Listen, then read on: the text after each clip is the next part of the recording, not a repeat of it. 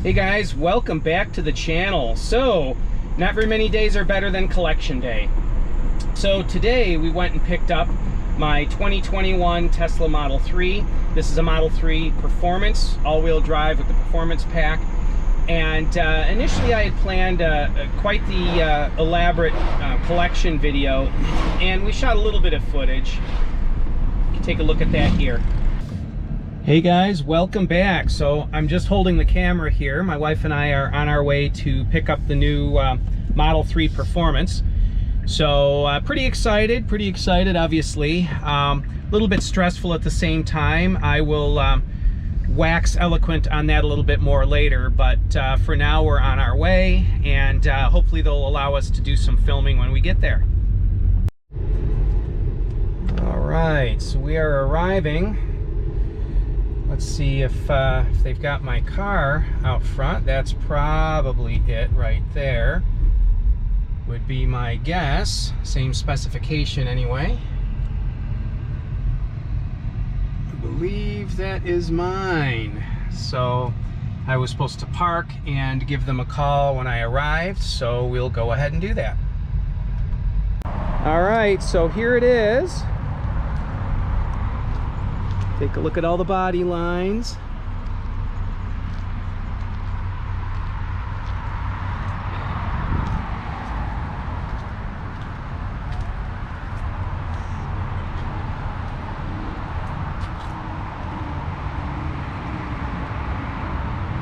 I didn't think I would like the black trim, but you know what? Now that I see it in person, I like it, and I like the red calipers.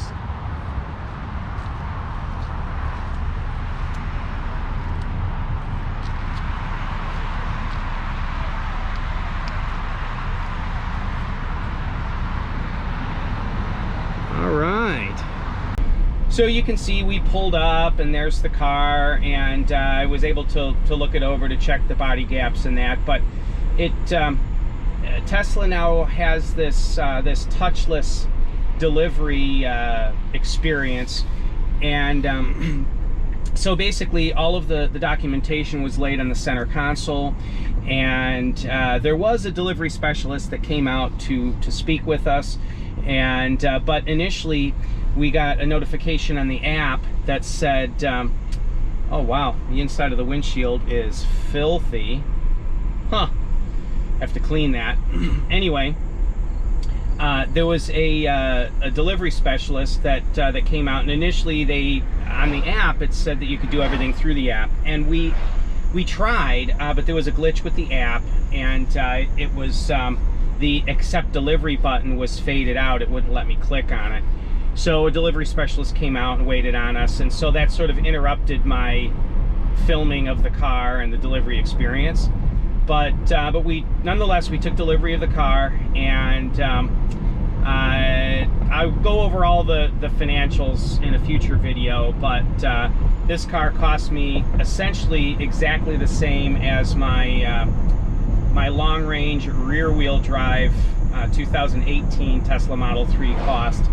And there's a few differences between the cars, not just the technology and the performance difference, but there's a couple things that has driven a couple percent difference in price, but essentially they were the same price as one another. So this video is just a simple introduction to let you guys know that you know, hey, I've got a different car. My other car had 110,000 miles on it when I traded it in, and there were a whole bunch of reasons why I switched cars, and I walked through a few of those reasons in a previous video of mine. This video was shot more for I guess just an introduction to introduce you guys to the car, to let you know what my plans are for this car coming up. There are quite a few differences between my previous car and this car, and then there are a few things that are conspicuously the same. And I phrase it that way for a specific reason. There are certain aspects of the two cars that are oddly or strangely unchanged from one to the other, things that I thought, why on earth did they not change that? and then other things that I think, why did they change that? I didn't have a problem with that. So I'll go through all those things later.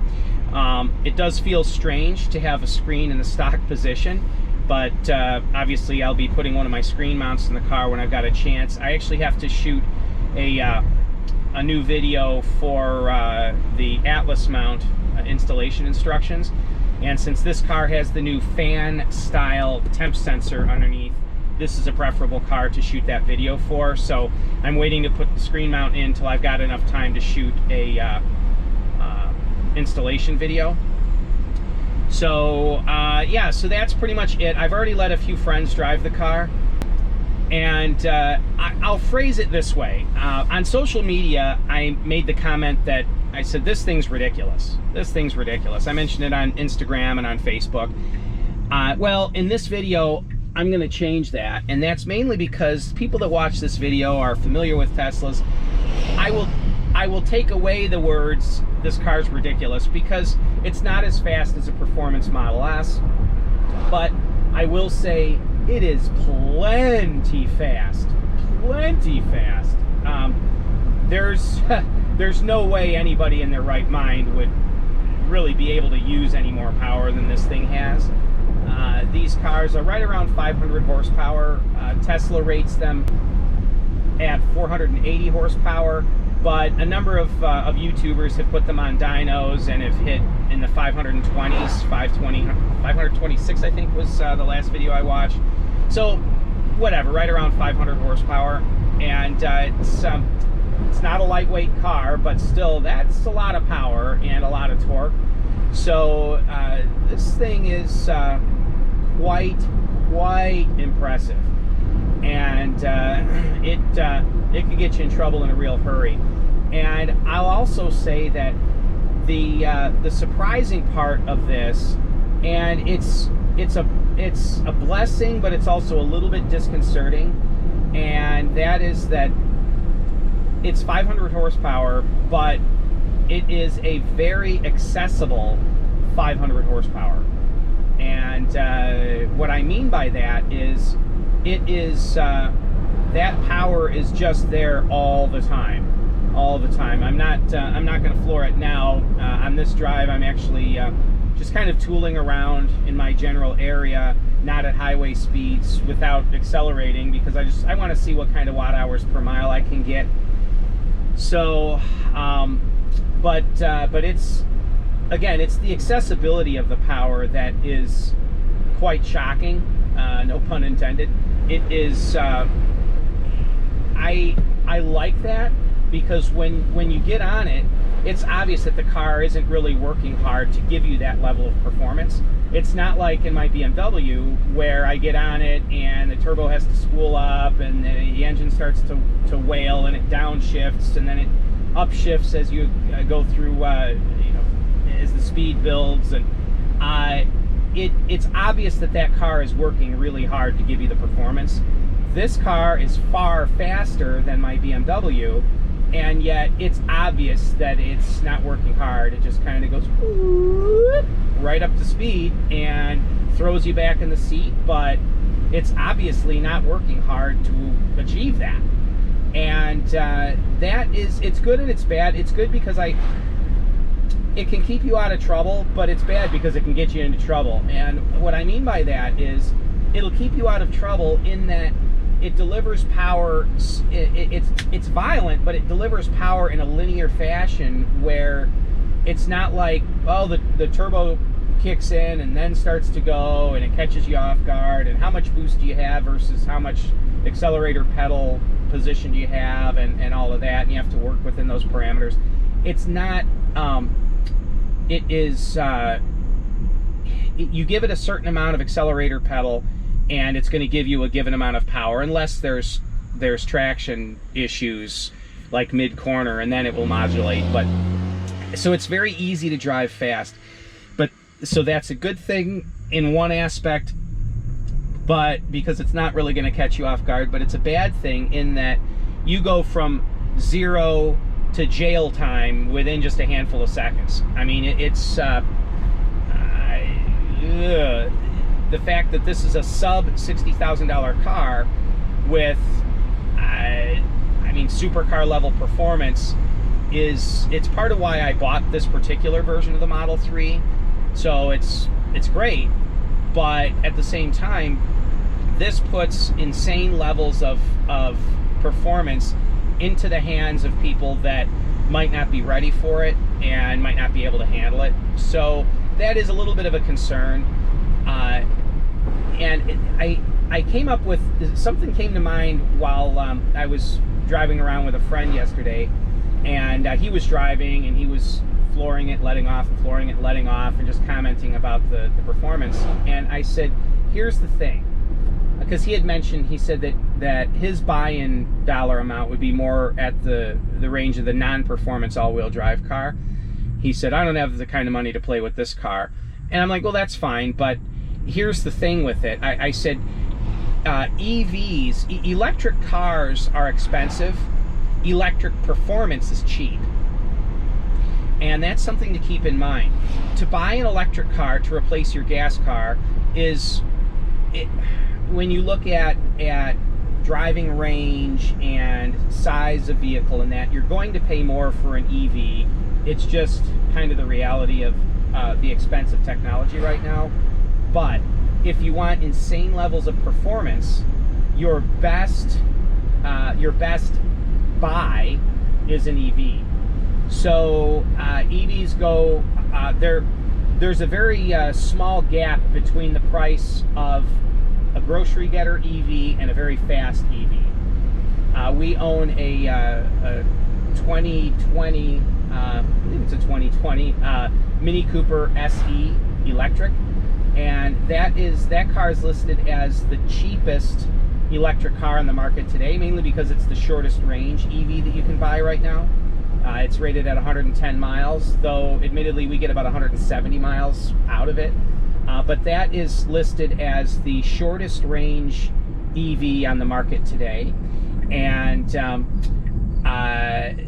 cheapest EV, it is, our car was $34,000, but you can get them for $29,000. And going from that to this car was $58,000. So basically right at twice the money, but it's more than twice the car.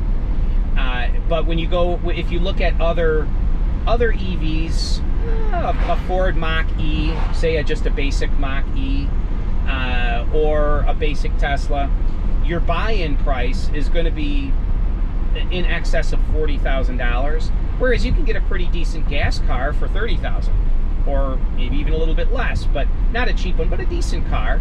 My wife likes the Mazda CX-30, decent car, sub $40,000 range. Whereas to get into one of these is going to be 40 or above. So it costs more to get into an EV, but to get into performance, again, this was sub $60,000 range. The car that comes the closest to this would probably be a C8 Corvette, just from a pure performance standpoint, although admittedly the Corvette's a far better looking car. I'm sure it outhandles this car. It has a higher top speed. I mean, it's a better car, but I'm just pointing out, when you're looking at acceleration performance and just outright performance per dollar, that would be the closest car, and they start far more expensive than this. I know people will chime in and say, you can get it for $59,000. I've yet to find anyone that's been able to do that. I've talked with several C8 owners, and they're all up in the $70,000 to $80,000 range to start. That seems to be where you can buy those cars. So, but most other cars that have performance levels of this are even more expensive. So anyway, those are my thoughts on it. I know it was a lot of rambling for today. I have specific subject matter based videos coming up soon on this car. How efficient can you drive it? Right now on this drive, since I've been talking to you, I've been at right at 230 watt hours per mile.